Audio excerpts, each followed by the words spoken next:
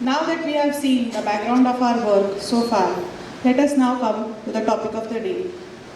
I would like to introduce today's speakers. Ashutosh Diwanji, Director, Digital Solutions, Stantec. Distinguished career in software engineering with over 25 years of experience in the IT industry. Successfully led digital product and project teams for diverse clients in the US, the UK, and the Middle East. Director in the Digital Solutions Organization at Stantec, a recognized leader in the architecture, engineering, and construction industry. Keen interest in self-awareness, reading, and learning to play the keyboard. Ashutosh Diwanji is a part of this organization since last 9 years. Hemant Punekar, Senior Manager ANSYS. MTech in Thermal and Fluid Sciences from IIT Delhi. 21 plus years of experience in the engineering simulation industry. Successfully led multiple teams and developed engineering simulation models of complex fluid flow processes for global oil and gas, chemical, automotive, semiconductor, and healthcare industries. 3 patents, 30 plus publications in international journals, conferences. Award-winning Gujarati poet, collection of ghazals, Kagal Me Now, published in 2022. I welcome both the speakers on stage.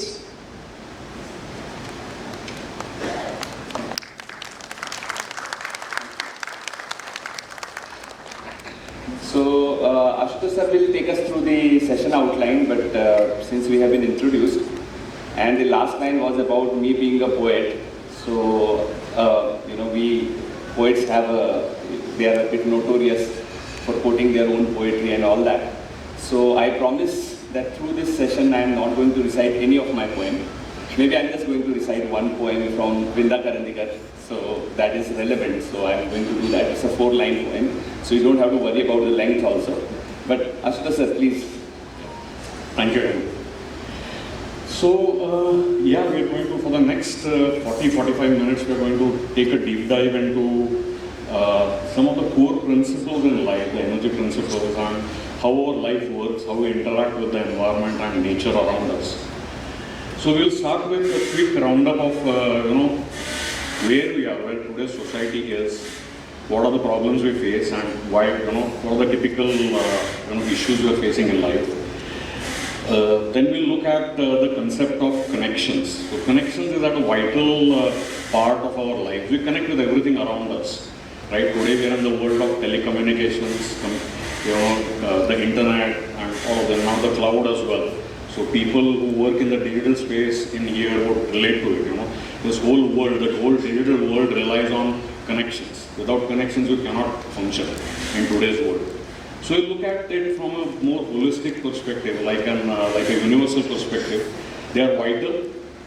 We will also interestingly look at how astrology plays a role in defining connections with the universe. So the universe has a connection with each of us. We are all interconnected, and we'll see that. But astrology plays a good amount of role in it, much more than we realize. So we'll take a look at that. Then we'll try and understand, how the universal energy connects with us, on a every minute-to-minute basis, how it is impacting us, how we receive the energy from the universe, and how we utilize it, and why are the problems, what kind of blocks we face in that, why the problems arise in these connections. We will also look at one of the fundamental laws of nature, which is law of receiving and giving. Now this law, some of you may have heard of it already, but it plays an extremely critical role in functioning of our lives in almost all areas we operate in. So, and we'll take a look at that. Finally, we'll all put it all together, understand the holistic, in a holistic way, and join the dots together, as they say. And we'll also look at healing.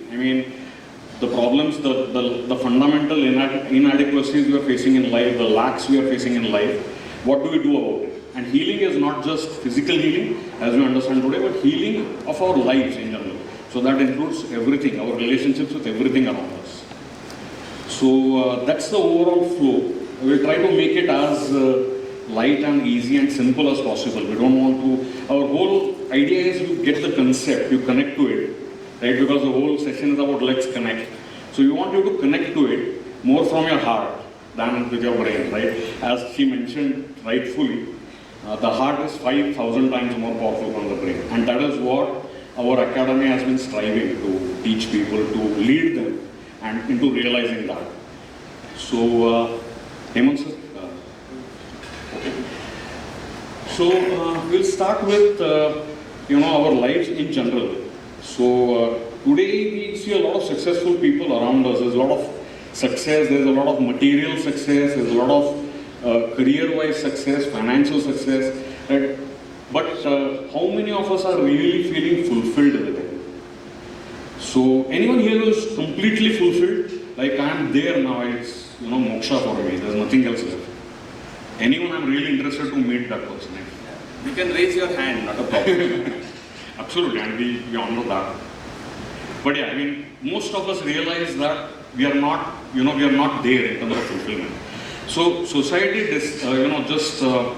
defines the definition of success is limited to what we see and what we hear, right? So in terms of career, somebody is successful. In terms of money, we see all the material possessions. It is good. We are not against it. It is a fantastic thing to achieve, and we should do it. But the whole thing is, fulfillment is something that is quite hidden. Nobody speaks about it in today's world, right? And that is one of the things. We are all, there is a partition, or there is, we don't communicate enough. We don't have, or there are very few people who we openly communicate and talk our heart out, talk about these subjects like fulfillment.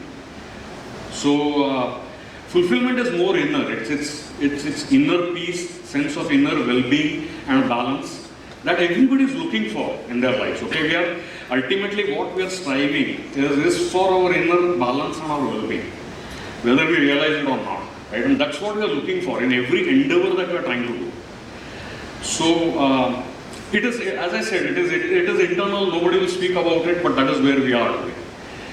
So if you look at the nature of all inadequacies or wherever we are feeling lack, it's typically in these three areas. It's the relationships that we have, it's the health. Many people, we are experiencing a lot of health issues, lifestyle issues, all of that, and the wealth, of course. A lot of people struggling with financial success and striving to make it. You see a spectrum, people striving to make ends meet, right up to, there's this, people talking about budget days these days, so people, there's a lot of joking around, who do we earn for? So there's a nice quote saying, we earn for Nirmala Sitaraman, right? That's the quote that comes. Yeah, so people... There were memes, right? I mean, I saw this very interesting meme that a girlfriend or probably a wife is asking her husband that, who is this Nirmala who takes away your 30% salary? So why do these jokes, understand, why do these jokes come?